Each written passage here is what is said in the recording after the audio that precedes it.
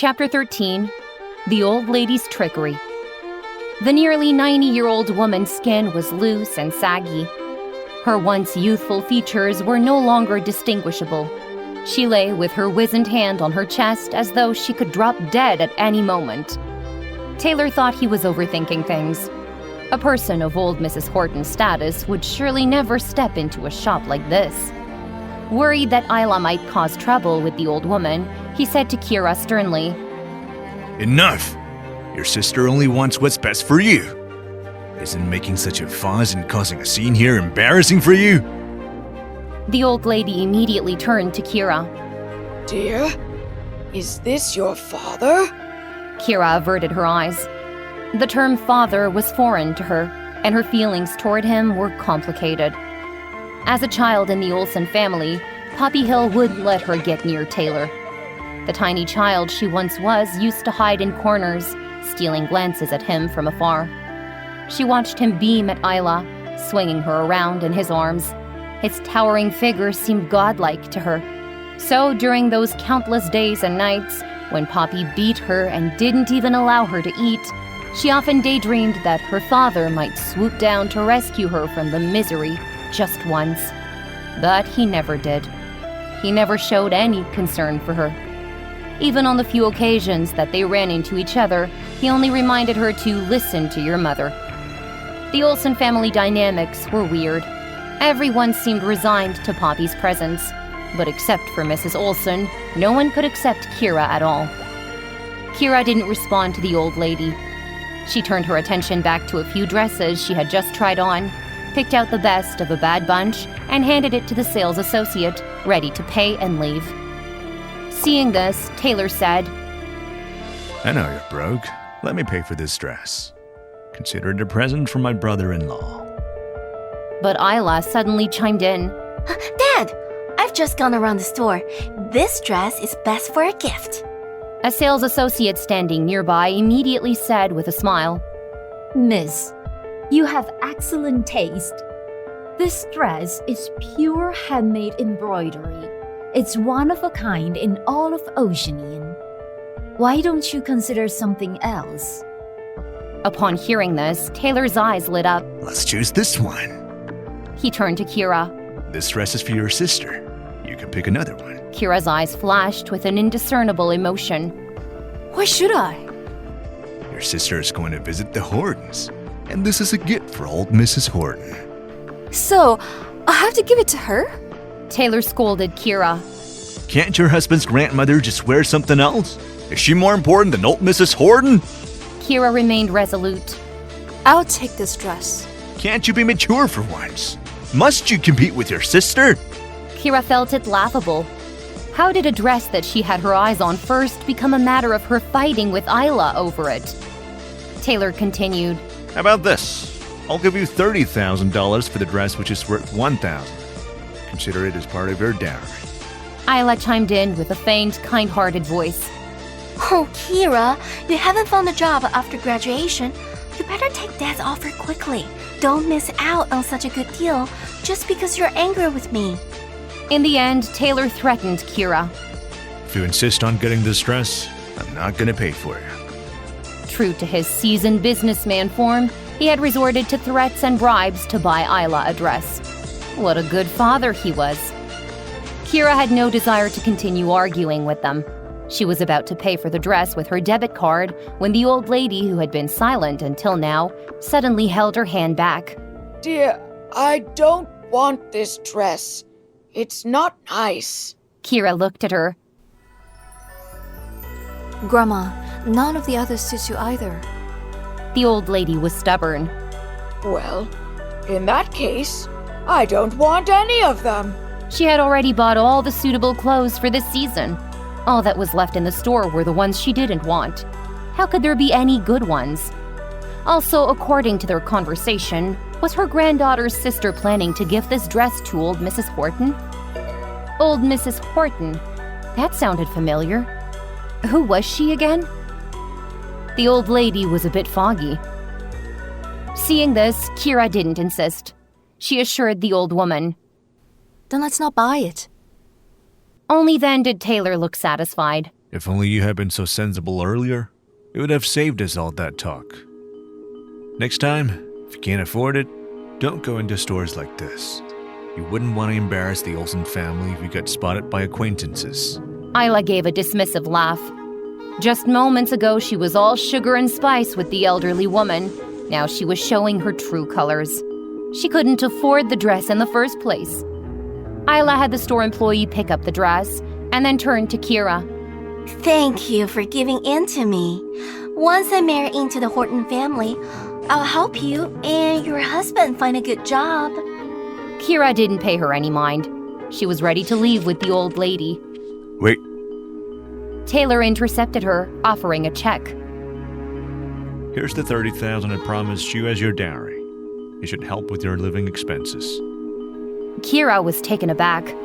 There's no need. Do you think it's too little? The Olsen company belongs to Isla's mother, and is gonna be left to Isla in the future. This is the most I can give you. Taylor handed out the check as if he was doing charity. With this $30,000, you and your husband could open a small stall to make a living. In the future, just live a simple life, and don't hope for things that are not meant for you. Keira initially thought Taylor might have a shred of fatherly love for her, but now she only saw the scorn. What isn't meant for me? Like shopping at this kind of mall or trying to seduce Mr. Horton? If you bring disaster upon yourself, don't involve the Olsen family. Today, the store staff didn't dare to offend such an old lady, and that's why they didn't make a fuss over you. But if you offend Mr. Horton, it won't simply be diffused by the old lady playing hardball. Keira finally gave up on him. Rest assured, I have nothing to do with the Orson family anymore. She left without looking back. As they were leaving, the old lady held Kira's hand. Dear, your father and your sister are really wicked. From now on, my grandson will have your back and make sure no one looks down on you. A warmth spread in Kira's chest. All right. The old lady grumbled again. Give that ugly dress to that old Mrs. Horton they mentioned. I don't want it. Just as she finished speaking, her phone rang. She answered, and a man's voice came over the other end. Mom, you should come home with Louis tonight. Jake's fiancée is coming home for the first time to meet the family. The old lady was taken aback. Something that had been foggy in her mind suddenly became clear. In a flash, she remembered who she was. So she was the sucker, old Mrs. Horton. Thinking back to the mockery and contempt she had just suffered, the old lady immediately growled. You bet I will go home. She hung up the phone and then sent a voice message over WhatsApp to Louis Horton. Dear grandson, I've just been mistreated. You must come home tonight and stand up for me.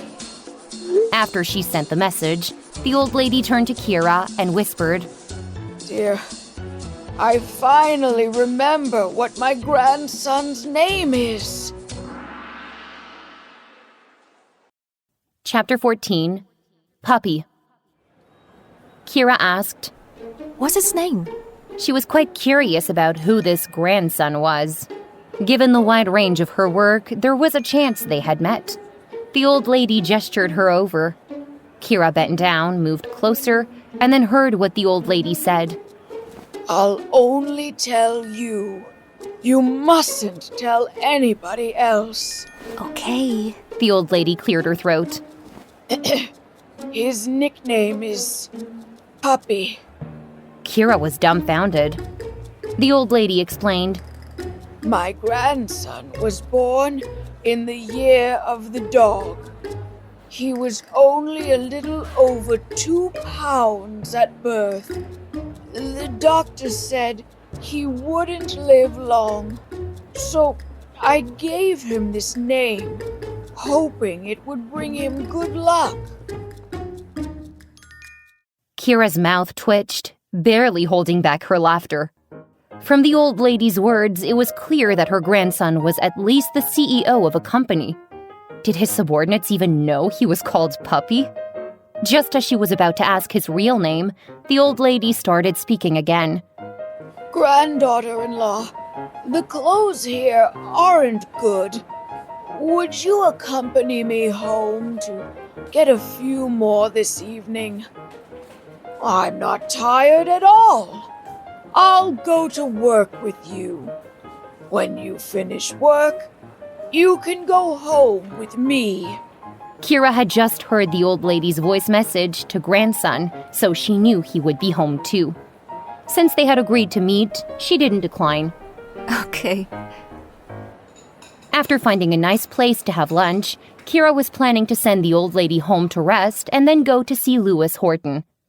But the old lady said, I'm not tired at all.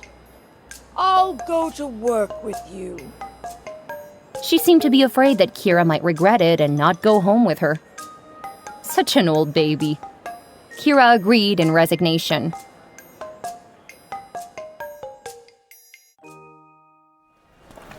They arrived at the site of a charity donation event organized by the government.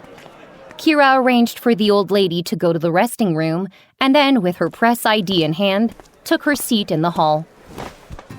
Today, Lewis Horton would be representing the Horton Group in making a donation. She sat right in the middle of the front row in a perfect position to be seen by him. She even talked to the organizers so that she would be picked to ask a question later.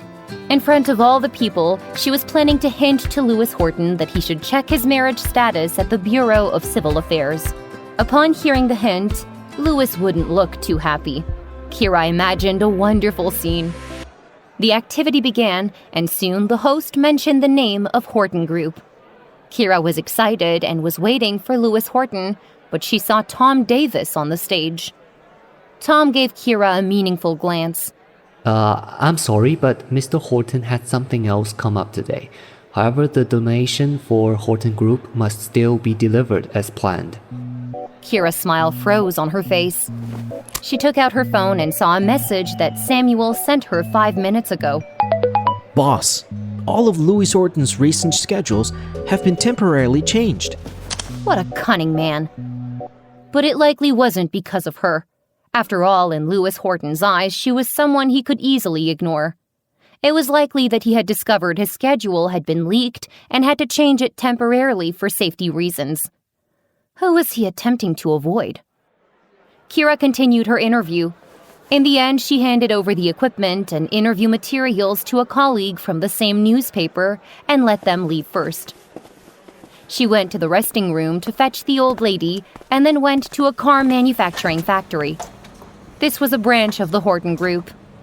While Lewis could cancel the rest of his schedule, this kind of grassroots factory inspection had already been prepared by the factory, so he couldn't just change it on a whim. That would be disrespectful to so many workers. Sure enough, after Keira and the old lady waited in the coffee shop outside the factory for a while, they saw a low-key black Bentley drive into the factory gate. Keira asked the coffee shop staff to look after the old lady while she walked to the factory. She showed her temporary worker ID to the gatehouse. The gatekeeper glanced at it and then said, I'm sorry, but Dr. Davis ordered that during Mr. Horton's inspection, all delivery men, maintenance workers, as well as interns and temporary employees are not allowed to enter. Keira knew it would be like this. Tom was really going out of his way to stop her from seeing Lewis Horton. Keira smirked, then handed over another work badge. Seeing it, the gatekeeper immediately stood upright and looked at her with admiration. Please come in. Keira took back the work badge and casually went into the gate. She quickly found Lewis Horton. The man was inspecting the workshop under the guidance of the factory head. All the workers were outside the door, and the entrance was guarded by bodyguards, making it impossible to get in. Keira could only look at him through the glass window from a distance.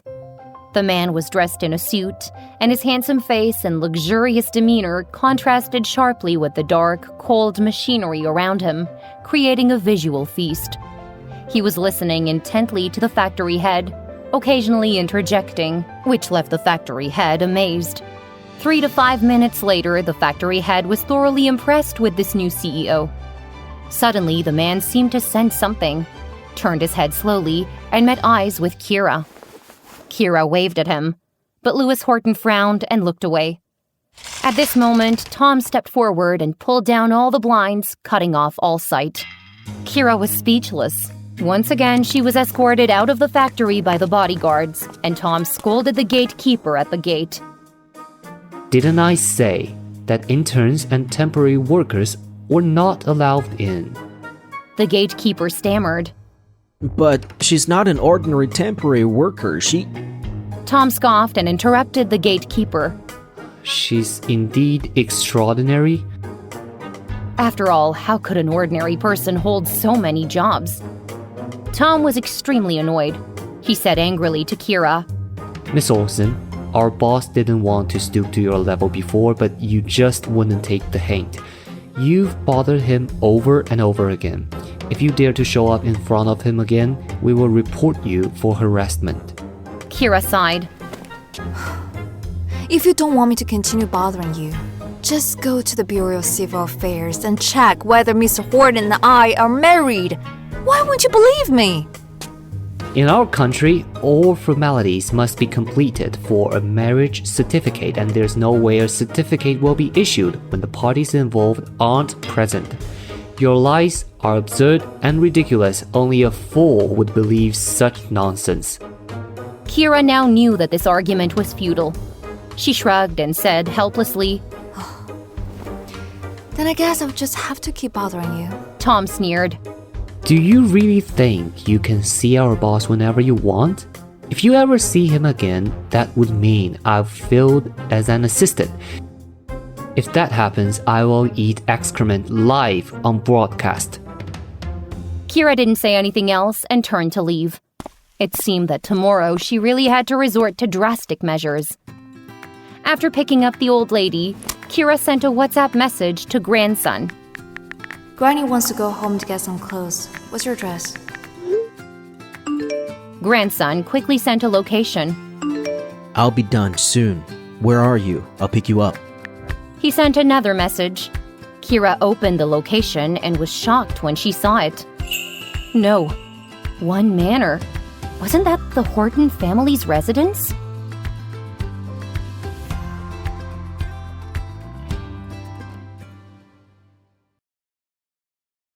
Chapter 15. Going to the Horton residence. House 1 Manor of Oceanian was quite legendary. It sat halfway up a hill with the whole community sprawling across 3,000 acres, and Horton's old house bathed in over 2,000 acres. The rest were a few dozen small villas that dotted around the Horton property.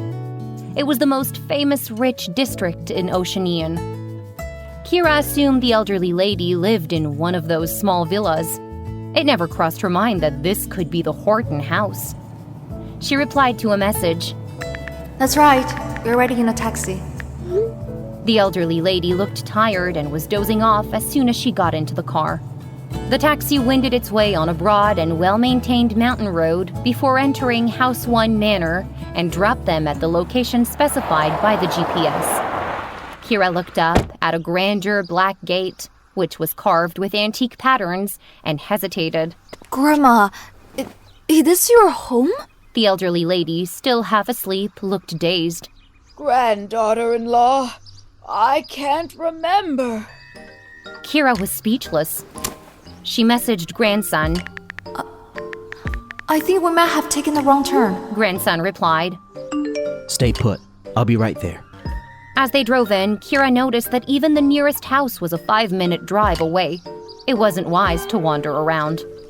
She helped the elderly lady to a stone bench nearby to sit. Suddenly, a BMW X7 pulled up in front of them. Isla and Poppy got out of the back seat and marched toward them. Poppy's brows furrowed in anger, and she cried out, Keira, it really is you? What are you doing here? She was here today as Isla's nanny. She spotted a young woman lingering in front of Horton's house from afar, never expecting it to be Keira. Isla glanced at the tightly closed gate of the Horton house. Keira, Are you back to pestering Mr. Horton? At that, Poppy rebuked fiercely. You bitch! Don't you know what the occasion is? Leave immediately! If you ruin Isla's family reunion, you'll regret it. Keira was really sick of them, but the elderly woman was there and she didn't want a conflict, so she swallowed her impatience and tried to explain. I'm here to take the old lady home. We just took the wrong turn. Isla responded instinctively. Isn't this your husband's grandma? She can't possibly live in this community. Keira retorted sarcastically. Why can't she? Did your family build this community?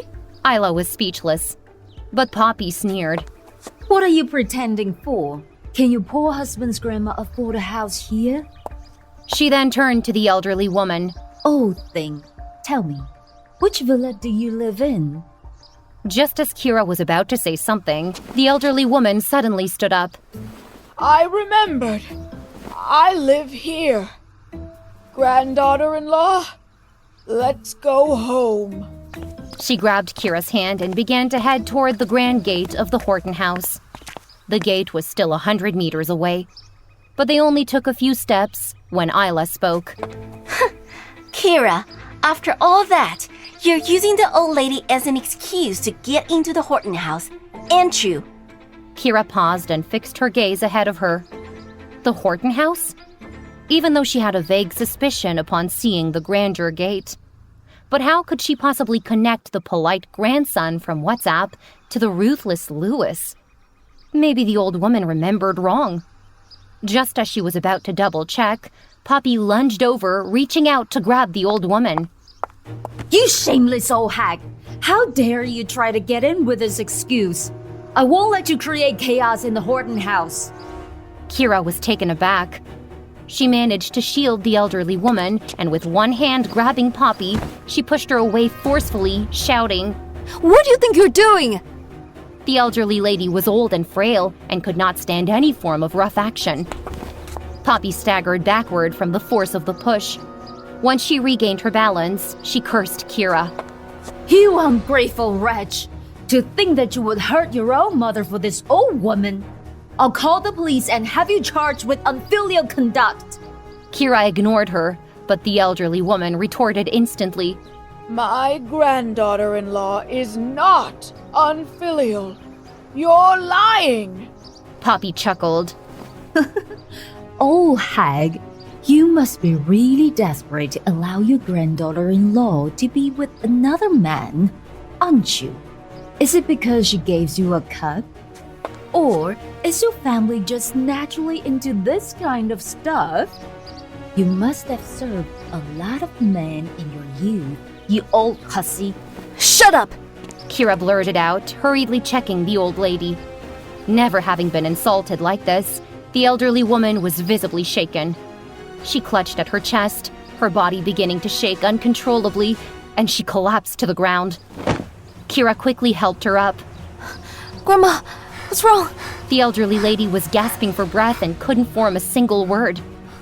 Keira immediately took out the nitroglycerin from her pocket, but upon opening the bottle, she realized that it was empty. Her pupils contracted.